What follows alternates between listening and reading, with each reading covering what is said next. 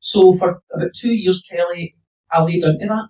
I laid down and went, I'm finished. I'm done. If I can't be leading this mental health charity, or I can't be working full time, I am done. I am done as a person. And I went into such a really bad, dark place. Really dark.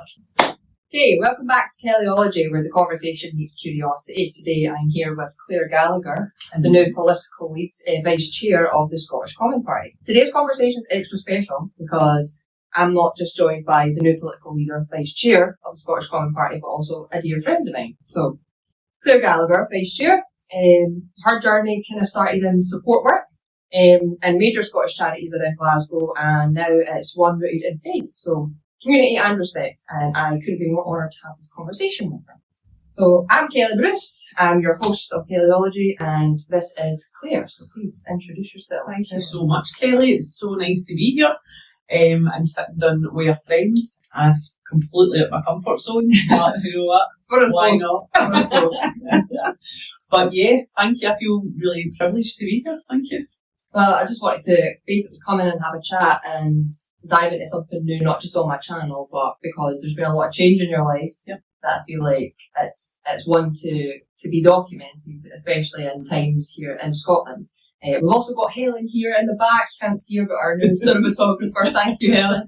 My kind of background is more in American politics, US politics. I only kind of delved or, dipped my toe in the water out in 2019 when the Tories got voted in for the election, which is where a lot of uproar happened. There was a lot of back and forth with the people, the Scottish people and the English people. So yeah, now that we've got someone that I know and love dearly in here, so Claire's role as Vice Chair in the Scottish Common Party, and with her background in support work, I think will be really influential. So yeah, but what first drew you to community work and support work and charities? What was the pull that got you into that? I think it's probably, I grew up my mum was a nurse, so I actually grew up in an old folks home.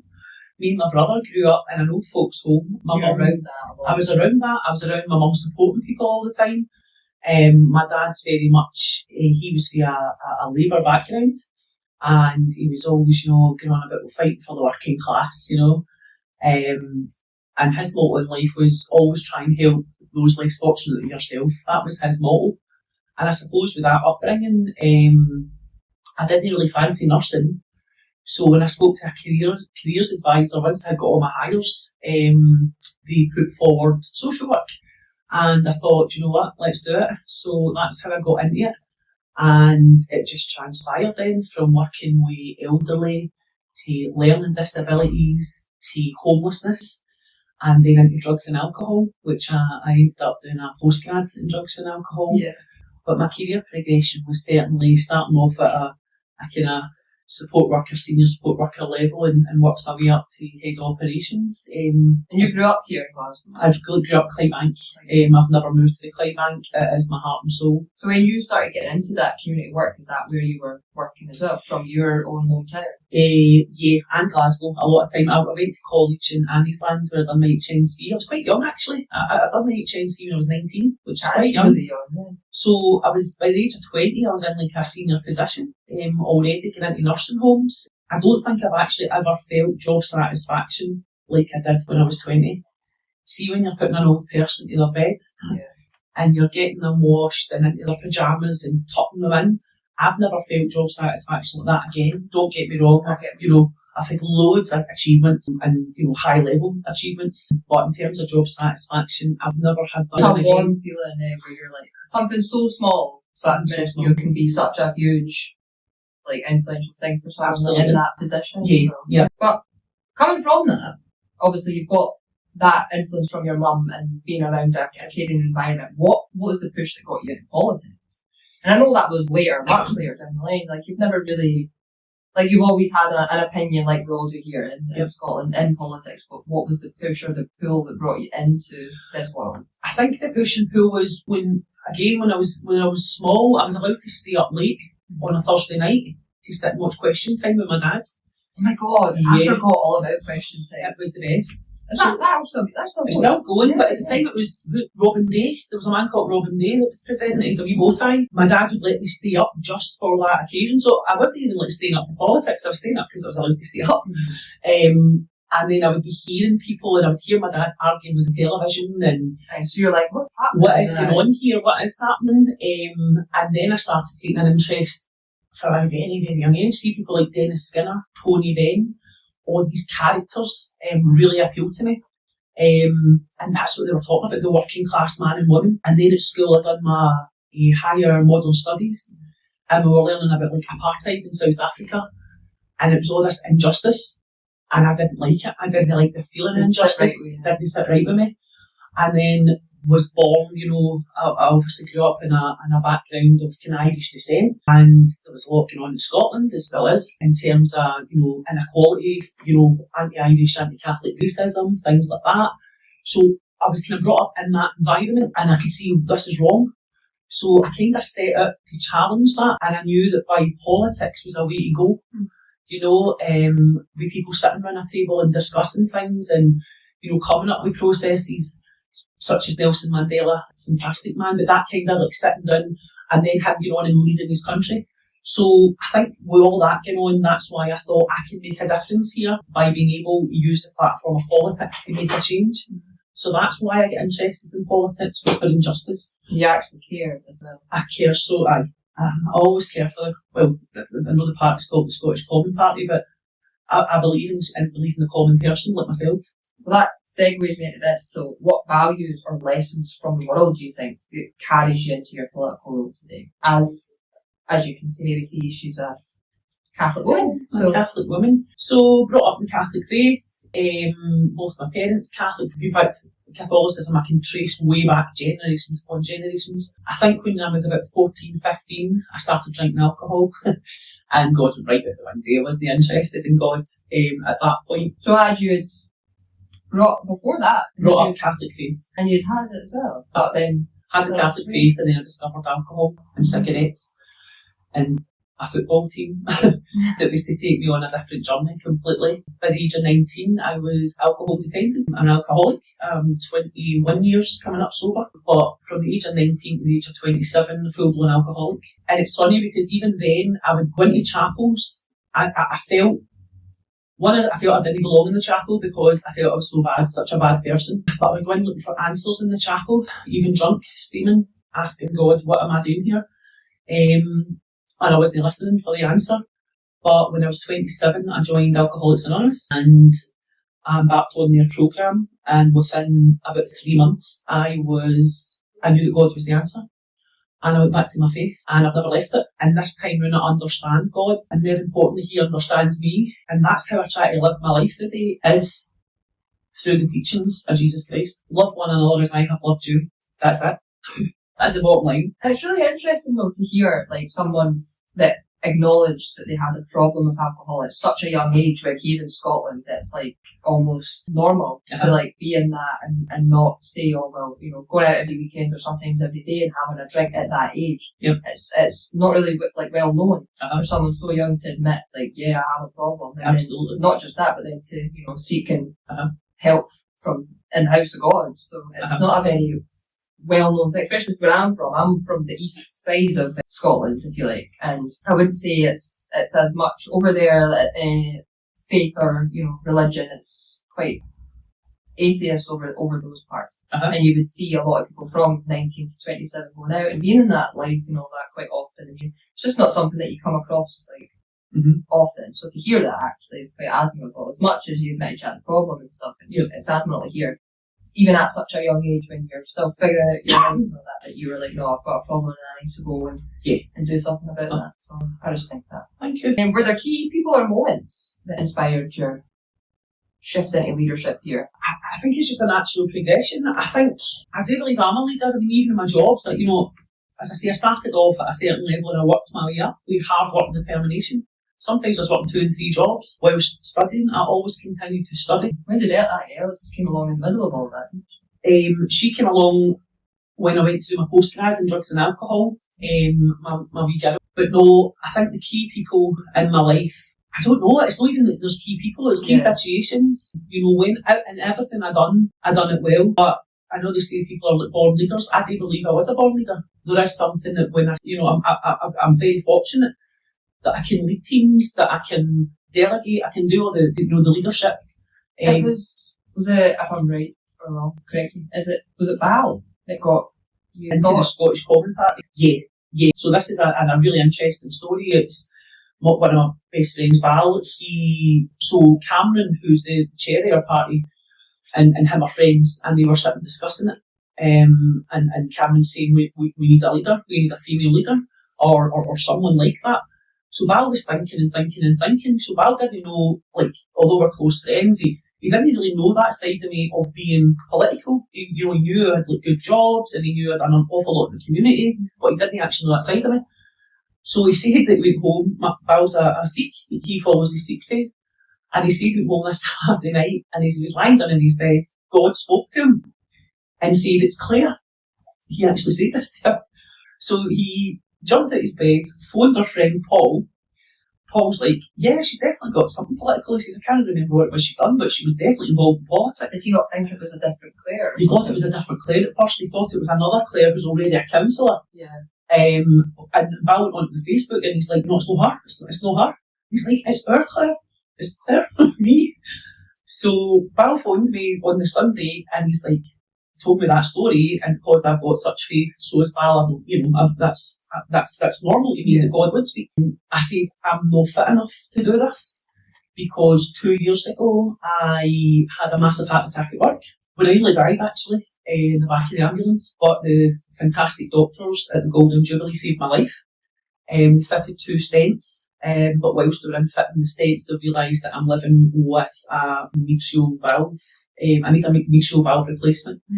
So between that and I've got stage 4 kidney disease, I'm pretty unwell. I know to look at, I don't look it, but I'm pretty unwell. So my life has changed completely in terms of having like full-time work. I can't commit to it because I can have like 3 really good days and then bang, I'm in my bed. I can't breathe. I'm just taking it out myself. So for about 2 years, Kelly, I laid down to that. I laid down and went, "I'm finished. I'm done. If I can't be leading this mental health charity, or I can't be working full time, I am done. I am done as a person." And I went into such a really bad, dark place. Really dark. And from being on the go and obviously growing up in that environment as well, where it is, because you're caring for someone else, you always have to be alert, you always have to be on the go. Sure. Uh-huh. And so then, and I was lying on the couch and physically I was starting to get better because I've got the best professor in the world, heart professor. I've got the best renal consultants. We're so fortunate here in Scotland, and I have got such amazing care. But me as a person mentally, I was going down a really, really dark path, I actually think Ellis would be better off without me. I think, what kind of mother's going to be sitting out here all day? I wanted to be that strong, independent woman that she would look up to and aspire to be like. So I was so hard on myself. And what got me out of that was prayer. My friend Paul heard about what was going on. He came up and sat with me and he's like, "You need to get yourself out of this. I'm going to help you." My partner David, who is, honest to God, he's a 11-day saint, having his whole life changed, not only mine, his life changed, because we were this, energetic couple, a wee girl. We were on 4 holidays a year. I was constantly at committee meetings. I was in the community. I was going to I was doing everything to nothing. So everybody's life changed in that moment. So between God, David, Ellis, my mum, even my ex-husband was brilliant there. That's my real support there. Val having his dream, Paul coming and helping me. That's what these people got run about me. Friends like Helen would keep an eye on me and be like, "Right, come on," and people being really understanding me, because I would say to Helen, "Come on, we'll go out today." And you wake up and can't get out of your bed. That's some mornings I can't physically get out of my bed, so David's got to help me get dressed, he's got to help me in the toilet. And then that mental battle on the side of that. The mental battle on that. And having understanding friends to go, "Claire, it's alright. It's okay. We understand." But also, which is interesting, I lost a lot of friends. Because I wasn't the organiser of the parties or the organiser of the lunches so a lot of folk drifted away because I was no longer of use to them. A lot of people sort of depended on you for a certain thing, whereas you think it was a mutual exchange of this is friendship and people care. When you realise, especially when health things come into part, Correct. You realise who's true and who's not. Yeah. And the one stable thing, person, is God. When I'm sitting there breaking my heart, David's maybe at work, Ellis is at school, I can turn to him. You know, and I do turn to him and say, I'm having such a bad day today, and he'll say, it's okay to have a bad day today, don't give up. And that's what I listen to his voice. So I really do. That was one of the things so Claire and I met through the mutual friend Paul, and it was one thing that I noticed about you straight on, like off the bat, was that you were very religious. And most of the time, I think someone who doesn't really come from like a religious background or anything of the sort, some would be like, oh no, that's fuck you, I'm going to make you pray in that. But if anything, it actually made me like more attracted to you in the way that I wanted to be around. I wanted to be around that. It's not something that I would do or that I'd done. But now I do. Even now, I find myself been having conversations with my partner as well about my faith and going to church or doing something, because I think I grew up with this idea that if you were Christian or Catholic, you had to be that and that only, and you had to follow the rules, and it was very, hush hush and all that. But now, as I got older and met you and interacted with you and seen how you live your life, and you also come from a very similar background to myself and care and community and stuff like that. It was like a breath of fresh air to have someone who, like, because Claire doesn't take shit. Like, she's so cutthroat, but it's so pure. It's not, you would never, you say what's on your mind and you don't back down. If you don't believe in something, or if you don't think that's right, you'll say that and you'll pipe up. And I don't know why that was maybe refreshing from someone who's like so staunchly religious. I think it was a breath of fresh air for me anyway, and made it more appealing to me and want to like find out more and stuff. And I believe in different faiths. I've always been delving into different religions and stuff like that. But it was one thing I always thought was so like alluring about you, was even though we're different on that part, I still found that amazing. And when you would tell me that if something was happening in my life, she'd say, I'll pray for them tonight, when I'm doing my rosaries, your dad's and my prayers, and I was just like,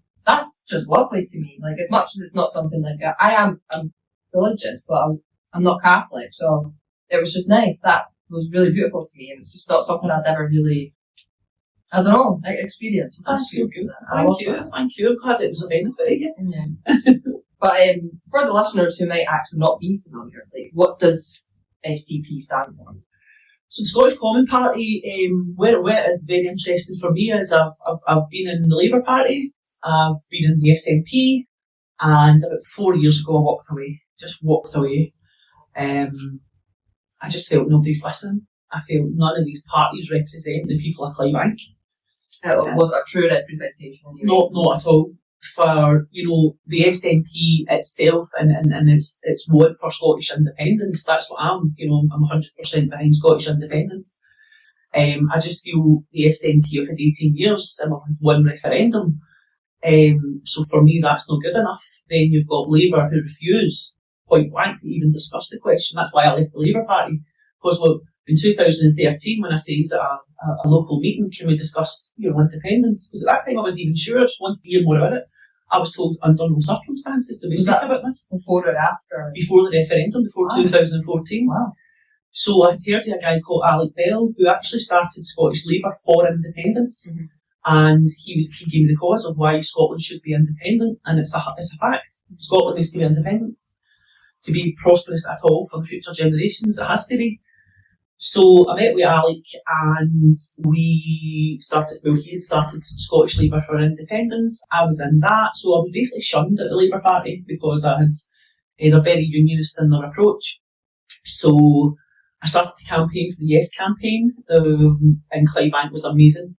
Western Berkshire did vote yes, but that campaign was amazing. The SNP, people who weren't even political were campaigning. A guy called Danny McCafferty and a guy called Ronnie McDonald. Ronnie in particular runs the SNP in Clydebank, and I've got so much respect for Ronnie. He is the man. He was the brains behind all this. He was really influential in my life as well. A man with a lot of knowledge. And then after the 2014 referendum, I was asked to join the SNP, which I did, and I spent some lovely years at a local level. I enjoyed it. Unfortunately, the more I seen of the party, the more it was against my values. Didn't align with you. It didn't align with me at all. There was a hierarchy, and it was like you had to be like bred into this. You know, it was very. That's how or when I was younger, that's how I viewed politics. I thought like nobody like myself could end up where they are because my mum isn't who she or my dad is. Very like that. Aye, that's what I thought genuinely for years, that it would be open to people, the general people or anything like that, and it's like they're saying only because they're sat on their hierarchy, they're looking over us all. Yep. That was my growing up. She's really cliquish and I just didn't like it. I didn't like the conferences and I didn't feel I belonged, you know, and there was a lot of things, there was a lot of policy, you know, that didn't align with my values, my Christian values, and it just didn't align. That isn't that I dislike anybody, it's just I'm not going to vote for something against what I believe in just because a party tell me to do it. And I think that's why I've never really made a politician, because I'm not going to give up my personal values just to agree with a party. I'm not doing it. And I think this is what's different with the Scottish Common Party. There's 6 points, and those 6 points, that everything else, folk can debate, folk can chat, but those 6 points, I won't change my views on it. Unfortunately, it's the same views as the party. And what was interesting for me is the tackling poverty, you know, access to healthcare, welfare for our elders, early interventions, the environment, energy, those points that I would fight for the people of Clydebank. This is what Cameron, that's their chair, that's what he was trying to fight for in Govan Hill. And I'm thinking, oh my God, it's no matter where you're in West Lothian feeling the same, but who's representing the common person? And the answer is nobody. You know, nobody's doing it anymore. And I thought, right, so what do we do? So Cameron had already started the party. They were looking for a female. I went and met him and I spent hours with him, debating, discussing policy, etc. And we worked out that, you know what, we're exactly the same. And yet, you know, Cameron's from Pakistani descent, I'm from Irish descent, I'm a woman, he's a man. We are polar opposites, and yet it's like yin and yang. You know, for now it's working so good. I'm really, really enjoying it. I'm enjoying it. You actually answered my question there, the what makes the party different, so that's good. I think what makes it different is that we don't have to, there is no party line. The party line is, do you believe that, you know, poverty should be abolished? Yes. Do you believe that the NHS is on its knees and it needs fixed? Yes. Do you believe that Scotland should be an independent country? Yes. So all the policies, if I'm going, yes, that's it. Everything else out of that. So when it comes to immigration, when it comes to taxes, yes, that can come later on, but right now, that's not debatable. Well, that's not what we're fighting for. We're fighting for the common person, what matters to the common person right now. So you can't go wrong with that. Well, with your faith, how does your faith, the community and respect show up in the Scottish context, in their policies or their vision? How do you think, for one, your faith coming from your background within the community, because you're a big community person, a lot of people, the people that don't know, come to Clare, whether it's for drug and alcohol or just they're feeling lost. I've done it myself. A lot of people, and I've seen it myself, from all walks of life, come to Clare, come to our house. No, just to come in, walk in, and that's it. Even today, it was just walk in, on you go. So, how does that show up, or how do you want to make this show up in the policies or the vision of the SCP? I've never, and I'm sure you know that your listeners will be able to correct me on this, but I've never seen a manifesto that mentions God. God is in our manifesto. That's a good point, actually. And what I've wrote is that God didn't create poverty. He didn't want a world where the poverty existed. Yeah. And whether that offends people or no, that's okay, but I need to write from my heart, and my heart is God didn't want this. That's baffling to me though, that even as someone that doesn't I am religious, but I wouldn't say I'm actively praying every day, X, Y, and Z, like some people would, but even in that, I don't sway or wince at the thought or the word God and seeing that, and especially as I'm getting older now and my values are changing, I think it's a valuable thing to have, and we should absolutely be incorporating it, and younger people. It's like, I remember in primary school, going and doing assemblies, and we spoke about God, and we sang our Jesus anthems, and I loved all of that, and I think it was valuable to learn that. It was in the curriculum, so we brought up teaching our young that. So why isn't it as people get older? Because normally it's the people as they get older coming into politics, early 20s and above. Why is it not still represented? Or it's like, I think we're swaying very hard away from religion and God. Absolutely. And what's interesting about the whole thing is obviously a lot of the members just now in the party are Muslim, so they've got God, a different way to God. Yeah. There's me, I've got a different way to God to them. Then there's Val's, a different way to God. We've got so many diverse religions, so many diverse cultures, but at the end of the day, we all pray to God. It's all the same. And it's all the same. And what is God to me? God's love. How does God show his love? Through people. So how do I show God's love? Come into my house and I'll try and help you. That's it. That's how I do his work. I smoke, I swear, I eat too much. I'm probably, if you look at me and look at my life that I led, I'm probably, judged as being one of the most ungodly people. But Jesus loved all these, Jesus loved people like me, people who went, there's a bit of an arse in this life. But through him I've changed, or I've tried to change, and by the way, I am far from perfect, and I'm okay with that.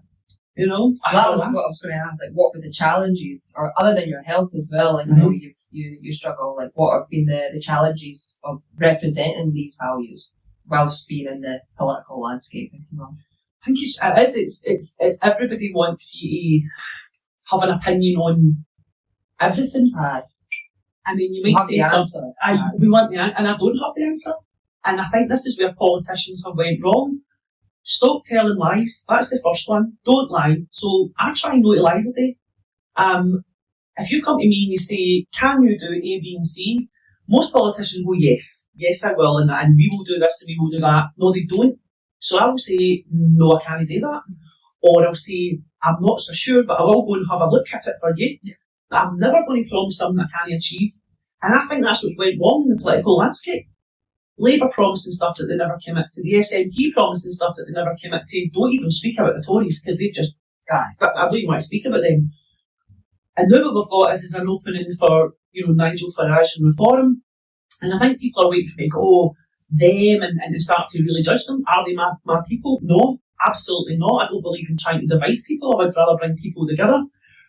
But what I'm also trying to say to people is, we can't say that everything I hear about Nigel Farage and Reform is true, because we know what's happening, like the immigrants coming in, what we're fed about that isn't true either. So we can't say that, or the media are, pro-left or pro-right. I'm sick of hearing right and left. Just shush. Yeah. How can we not just be people? How can we not just come together and try and fight the real cause of the problems in the world today is the elite. It's the establishment. Why are we not, instead of looking at each other, why are we not looking up at them and saying, it's them? Can we try and fight these people? But nobody's interested in that. It's all, working class people. It's, it's this and it's that, and it's the immigrants and it's the Catholics or it's the Protestants. It's this. No, just stop. A big argument to be said for the media as well, and how they infiltrate bamming people up to start arguing with Absolutely. People. I've lost many of friends and had many of arguments about just what you say, not even just about politics, just opinions. That's right. And that's another thing that I like about you, is that even if you don't know, or if somebody's not sitting with you, right, you'll say it. You're not going to sit here and be like, oh no, I really didn't like how that conversation went. Like, even just earlier when you picked up the phone and you're like, no, actually, I don't like that. I don't like how that went, and I'm going to be honest. And nothing bad came off that, if anything. You were on the same page. Absolutely. And that's what's good. More people need to be like that. And even when it comes to like your friends and all that, which brings me into that. But about politics being divisive, so how do you balance being in that and having relationships or having family life and stuff? So I know you and David are sort of on the same part. Oh, he's brilliant. He's set in his ways. I've brief chat with him earlier. Yeah, so funny. Thank God for his sense of humour though, because And sometimes I did like quarrel, do you know? Oh, He's funny. Oh, He is a funny guy. You need to have a good giggle. He is. My mum and my brother even, we've all got laughter and having a good laugh and watching Ellis coming up. You know, seeing I've got a wee mini me, which is, you know, sometimes she says things and you're like, oh my God, and David will say, it's you, and I'll say, I know. She's very opinionated, you know, but it's about educating her, the thoughts behind that opinion. Don't just listen to what Mum's saying. Why is Mum saying that? You know, she had, this is probably going to be a bit controversial, but I'm going to say it anyway, tell the truth. They had the Police Scotland come into the school in front of the year, and they were in talking about summer holidays and to stay off the railway tracks. You know, don't be doing that, don't be going onto buildings and you could fall through the roof. And has anybody got any questions? And Ellis stood up, put her hand up and said, why is the Orange Walk still allowed to parade in the streets in Glasgow? So, whatever your viewers' opinion on that is not what we're here to discuss. But what I'm trying to get with that point is she's been asked to, like, what, has anybody any questions? So she's thought... but this basic thing, no, this is an opportunity.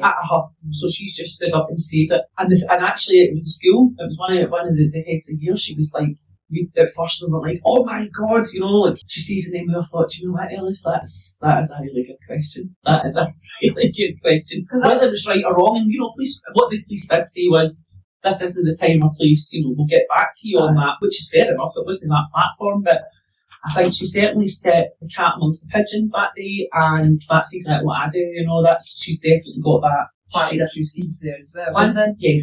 People in her class or her year that are also there and they didn't really know about that, or maybe they don't know much, they'd be like, alright, and they'll go home and be like, Mum, what's the orange box? And then, you know, it is, as much as it's controversial, it's, she had the balls, or, you know, to get up there and be like, no, actually, this thing that I don't agree with, like, as much as a different opportunity, whatever, but, so, yeah, go on, Ellis, speak your mind. I've kind of touched on it earlier, but since we met through Paul, Paul said, I'd love to know, like, how has friendship shaped your journey as a leader? I would say, because you've had a few changes as well since all this has came in.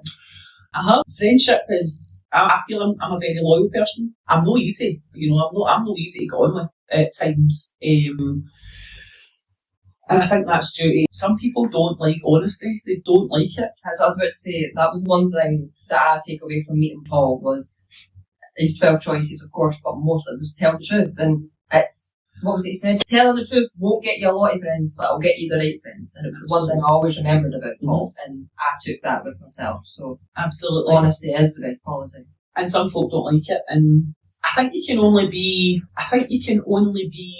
false, or I think you can only conform with other people's ideologies for a certain amount of time. Like wearing a mask. Wearing a mask till actually the mask starts to come off of me, not them, me. To think I can no longer condone your bullshit, and if that means giving up a friendship, then I'm going to have to do that. I think as well, see when you face death, like I did, you realign everything. So the friends that maybe wanted to sit down and talk, you know, gossiping and all that stuff, that's just all bullshit. That isn't how I live my life today. I also want to be surrounded by people that make my mind start to tick over. I want to be surrounded by people that are interested in me, and it's a two-way thing. So yeah, I've people come and go in your life. You know, I still got a lot of friends in primary school. I have. Paul, I've known all my life. Helen, I've known for over 30 odd years, and I have got friends that I go to. But my problem is I don't ask for help.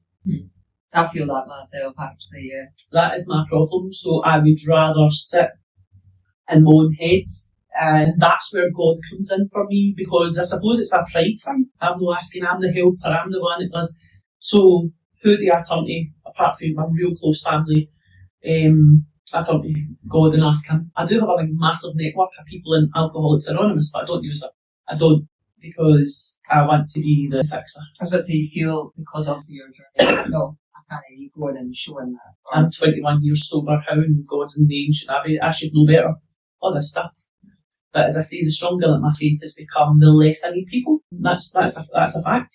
I went to Lourdes there in the end of September, and it's just gave me a whole new, like... Since you went, I've wanted to go there. She sent me some pictures of the architecture there, and obviously the story. So that's where... there's it encountered Mary, and you're in this procession, and there's like tens of thousands of people, and it's a torchlight procession at night, and everybody, everybody is singing the one hymn, Ave Maria. Now you've got, I swear to God, there was like 50, 60, 70 nationalities, and you're all singing the one song. Yeah. Oof, powerful, powerful stuff. Especially with what you're kind of going through. What I'm going through. Well. But loads of wee miracles happened over there because they only take 25 people a day for the full submerge. You can go in and wash your face and that thing, but I got there at the right time and I said to the man, like, fully submerged, and he said, we only have 25 spaces. And I said, he says, but you have to sit there like 4.5, 5 hours. And I went, okay. And I sat for 5 hours and I got fully submerged. And this is funny, I came back feeling sick. I came back really unwell. Right? I did. I'm the only person I like to go to Lourdes and come back unwell. I was so unwell. And yet, mentally and spiritually, I feel totally rebuilt. I feel rejuvenated. Even though my body was, as I say, I was in bed for over a week after that trip.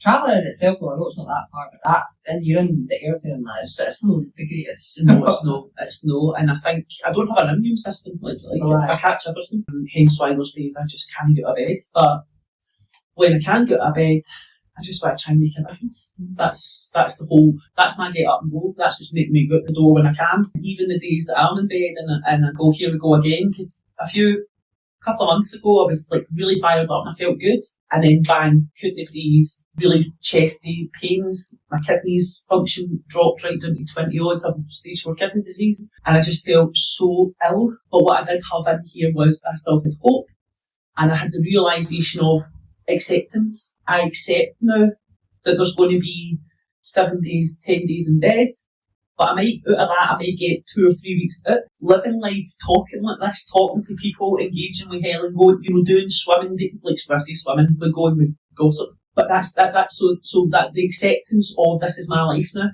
My life is, for every 10 days you get out, you might have 7 in bed. And I'm okay with that. I'm okay Your with relationship with God as well, keeping you hopeful and keeping you on the right track, that it's not going to be, I'm in bed for the rest of the time now.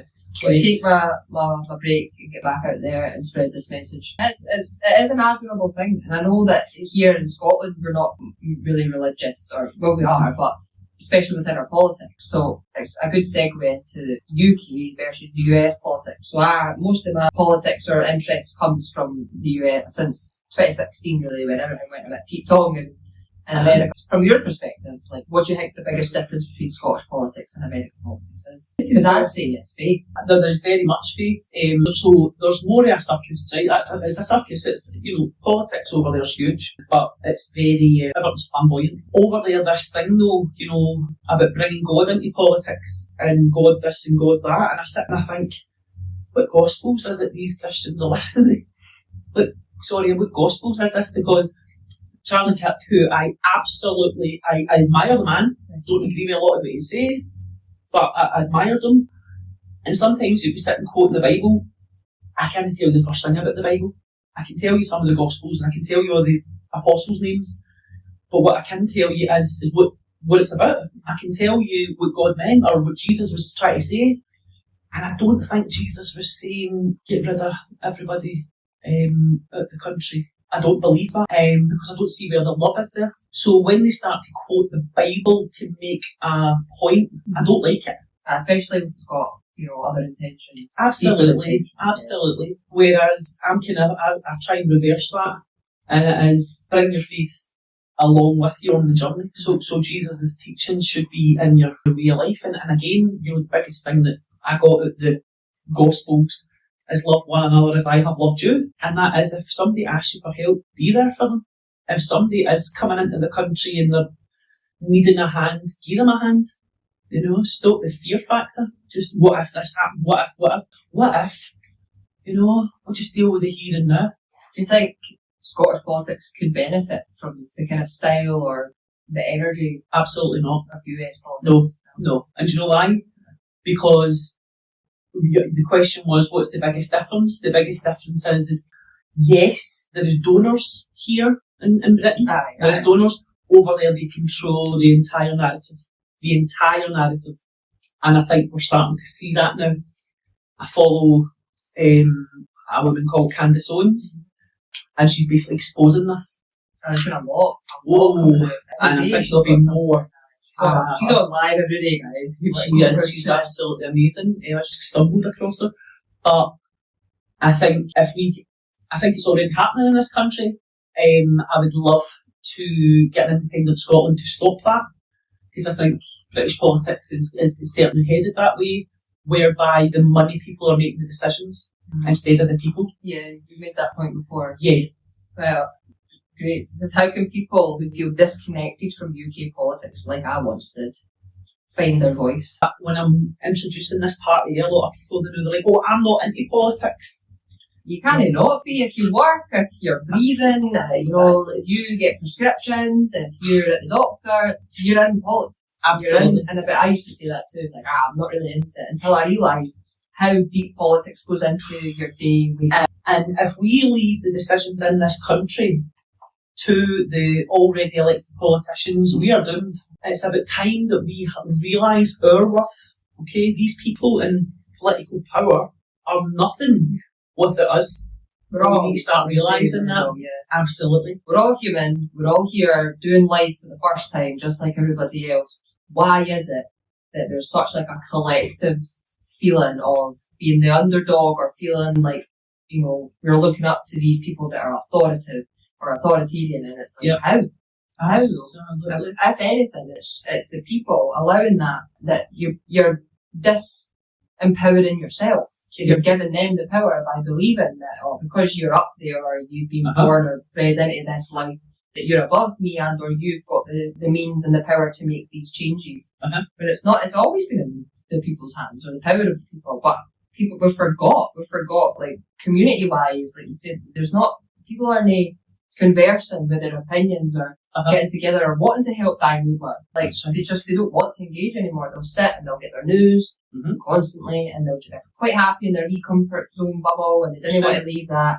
Forming an opinion without fact, I think, is probably one of the most dangerous things that's happening in our society. Yeah, I do. Since you brought it up, the Charlie Kirk assassination, I've felt such a shift since that happened. Yeah. I was a big Charlie Kirk fan. I liked a lot of what he stood for, even though I wasn't religious, don't know much about the Bible.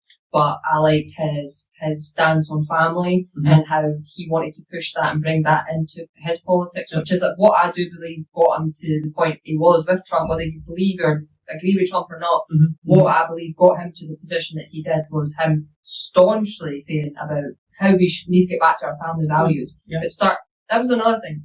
I used to always be like, I want to change the world, or you want to get your point out there, you want to change how things have been. But you can't be doing that if you're not willing to make the changes or look inward on yourself as well. So like you said, your journey in being sober and stuff, and if you don't have the means to sit and look at yourself and make changes within yourself, how can you expect anybody else to want to make changes when you're not leading by example or honouring that in yourself? It's a big one. Like, I think that goes, you've hit on something there as well, is that like we're living in a time where everybody's judging one another. Oh, aye. Like, so judgmental. And I think, oh my God, I don't quote the Bible, but I will this time, he without sin cast the first stone. And I really believe that. I've made so many mistakes in life. I have done so much wrong in life. So how can I possibly judge somebody else? So unless you're pure of heart and you've never made a mistake and you've never done anything wrong, then you batter in. But, I can't judge other people. I can't judge other people because I'm just as bad. I'm not perfect. In fact, I'm far from perfect. But that's what's made me who I am today. But that then says to me, I can't judge anybody else. I can't, because it doesn't mean to say I don't have an opinion based in facts, because I do. But what I'm saying is I find it hard to judge the way other people are. I'm finding it easier now to go, okay, what have you looked at that person's circumstances? So we were asked a question earlier on. I was at a coffee morning, and this woman had said about our A&Es are completely full of drug addicts and alkies. That's what she said. And I said, right, okay. I said, why? But why? Why are these people acting like this? Why are they people taking the drugs? And the moral of the story is, 73% of these people have been either sexually or physically abused as a child. So can we start looking at that as opposed to they shouldn't be allowed to use A&E? Really? Okay. I get the frustrations. I get it. But at the same time, what is causing this person to act like that? Also, if you're going to have such a kind of hands-on approach where like they shouldn't be getting that, well, what's your alternative? Where do we go from there? It's like you can't just shut people out. Do you remember the march that happened down in London on the 13th of September? What's his face? Tommy Robinson or Stephen Casey was like the face of that. Yes.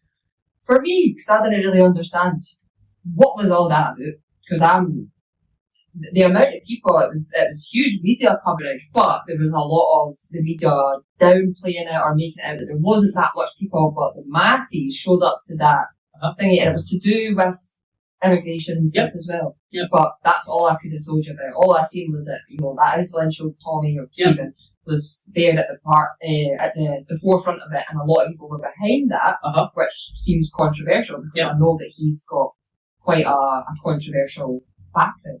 I'm learning more and more about this man as I go on. Yeah, he has got a controversial background. He's ex-British National Party, which is racist, full stop. There's no... I don't know if it's true, right, but I learned recently that he's actually Jewish. So I don't even know if he's Jewish. What I do know is he's been completely and utterly funded by Israel. Are funding this man. Yeah. So my question is why? Why is this happening? It seems a bit not controversial, but kind of going back on itself because of everything that he stands for or the points that he makes to then find out that you're actually being funded by Israel. Yeah. Yeah. So where's the Britishness in that? That's what I was like, why is this such, it was huge news coverage and the amount of people I was actually baffled by. But I know that there has been a lot of talk about immigration and illegal immigration between legal immigration and people coming over in these boats. Everyone thinks that they're taking over and whatnot. Where do you stand on that? What's your message you want people to, when it comes to immigration? My message is, I'm from immigrants. My daughter's grandparents are immigrants. They came from Ireland. They faced the same backlash as the people now. I'm still waiting on a reason. So the narrative now is they're coming here and they're taking our jobs. Right, okay. Well, that's good for the economy. If they're coming here and they're taking jobs, first thing is to work in this country you have to have a national insurance number. To have a national insurance number you have to have a passport. So that's your first one struck off, right? That's that. So if they're taking our jobs, it means they're here legally. That's the first thing. They're coming here and they're getting all the benefits, okay? Again, in this country, to get benefits, you have to have a national insurance number. To have a national insurance number, you have to have a passport. So you must be legal. So where is all this? These immigrants, these illegal immigrants, send them back to their country. Okay, so of course there's going to be people in this country illegally, right? They came through on a boat and they're now in amongst the population. So what is it? They're raping our children? No, 83% of crimes in this country, especially sexual crimes against women, are white British men. So the narrative has to be based on fact. Don't hit a narrative unless it's truthful. It's like a fear tactic, especially Total fear tactic. By the media. They're getting laptops, they're getting phones. No, they're getting £9.95 a week if they live in a hotel. That's what they're getting. And then I could go down a whole rabbit hole here, but I keep going back to if Britain and America would stop bombing countries, stop it, they wouldn't want to come here. You got to see Syria and Libya. Libya was one of the most beautiful countries in the world. But no, do you know why, in my opinion, that Britain and America bombed Libya? Because Libya had a fantastic way with their people. Colonel Gaddafi, through what I've read, what I've researched, he was rewarding his people. So when you paid your taxes in, he would reward married couples, he would reward when you had your first, second, third, fourth, fifth child. You got rewards. That country was beautiful. But Britain and America can't have a country like that. Because what happens if we then think, hold on, if we're paying taxes, we want our taxes back to the people. Start wanting it back. Yeah, we'll start being like, wait a minute, something's not right here. Something's not right here. So hold on a then minute. They'll make it out in the media that, there's this big problem, these people are coming over and they're taking all these things, and then it gets us all chat, no, don't believe that. And then before you know it, you're arguing with a neighbour, and nobody's actually paying attention to what's really going on because we're too busy buzzing with each other. When really, what they should be putting in the media, and I think there's a page actually that I follow on YouTube, I do want to shout it out, it's called A Daily Dose of Good News. And it's like every month or every week he does a video and it's like, this is like this is happening in like cancer research, and this is happening in environmental research, this is what's happening in this government, and it's like just a wee touch of good news here and there, because all you see peddled on major news sites and newspapers and all that now is just pure negativity, and it's getting us to argue with each other. I don't watch. If I do watch the news, Channel 4 now and again are quite good. I watch some Al Jazeera sometimes, but I'm not a big follower of the news. But you're right. So I'm looking. So what usually happens is they start batting the working class against each other. There's always something amongst the classes. And they can never just agree or get it. That's it. So the media create a storm amongst us. So whilst we're all arguing and bitching, and it's this and it's that and it's this and it's that, they're up to something. And this time, it's the digital ID. Yeah, I'm so whilst we're all out with Union Jacks, or we're flying salt tires, or we're arguing about Palestine, they're like, they're all like, there you go, you're getting digital ID. So stop it. Or what I'm trying to say to the working class people is, stop it. We don't need that. Please stop. Do not go down digital ID. If you think it's bad enough, it's 1,000,000 times worse. So stop arguing about boats and stop arguing about Palestine. Let's look at this and say, enough's enough. We're no longer doing this. We are not going to be controlled. Well, how has faith guided your personal and professional path? How has it guided it? I think somebody that kind of has mental health issues from time to time in the dark places I go, I think without faith, I don't know where I would be. For all the love I get for my family, for my friends, I don't know if that would be enough to pull me back out the other end, and that's just where I'm at. But while I've got faith, I've got hope. So I would say my faith gives me hope, and hope's what gets me out of my bed in the morning. And I don't know how people can. Here's the thing. So I lost my dad 5 years ago. Worst experience like ever. My best pal. He was my best pal. He was just my right hand man. If I didn't think for 1 second that he was in a better place, I don't know how I'd go on a daily basis. There's got to be something after this. There's got to be. Because imagine living like this and then that was it. Oh, what would the point of that be? So I love to believe that we're doing our best on this. God sees that we're doing our best, and eventually we'll all be reunited in it. Whether it's heaven, I don't believe it's like clouds and God. My God smokes. My God smokes. Because he's got a fag waiting for you. Yes, it's like, what are you doing now? Don't. But my God smokes. So I don't believe he's got a big white beard or anything, but he definitely smokes. So I do believe there's something else after this. And that's, again, hope. I've got hope that I'll see my dad. But what future do you hope to build then for Scotland through the Scottish Common Party? What future do you hope to build from that? Just a future of whether you're still in politics and doing your rounds 3 to 5 years from then. 3 to 5 years. I just thought if I'm still here, God willing, again, if it's no, it's no. I meant within the party. I just hope. I hope Ellis. I hope I can leave a legacy. I hope I can leave something. I hope that we don't have a generation coming up that are so selfish, so self-obsessed by looks, so self-obsessed about them instead of others. Just what my dad taught me, if you can give somebody a hand up to it. Although I think it's getting harder in this world to do that. And just always have faith, always look out for each other, and just try and do a good turn for everybody. Well, it's a good one, but this one just says, if you could leave listeners with one message about faith or politics and community, what would it be?